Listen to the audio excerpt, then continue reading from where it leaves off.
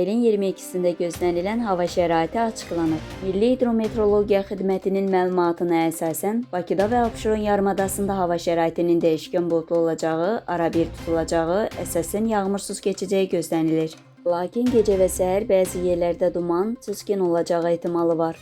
Şimal-qərb küləyi günün ikinci yarısında mülayim cənub-şərq küləyi ilə vəzlənəcək.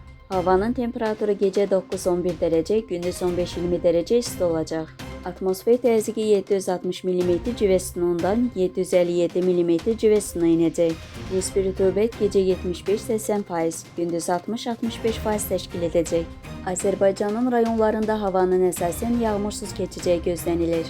Lakin gecə və səhər bəzi yerlərdə arabir yağıntılı olacağı ehtimalı var. Ayrı-ayrı yerlərdə arabir duman olacaq. Mülayim şərq küləyi əsəcək.